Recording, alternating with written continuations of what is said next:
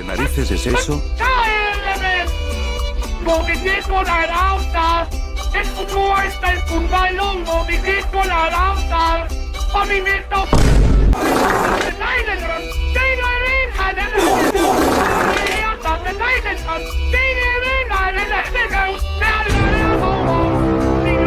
¡Qué bendición!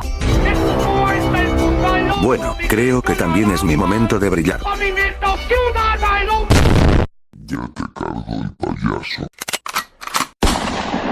Bueno, como ya terminamos de mandar a San Pedro a Alemania, creo que me merezco un buen taquito.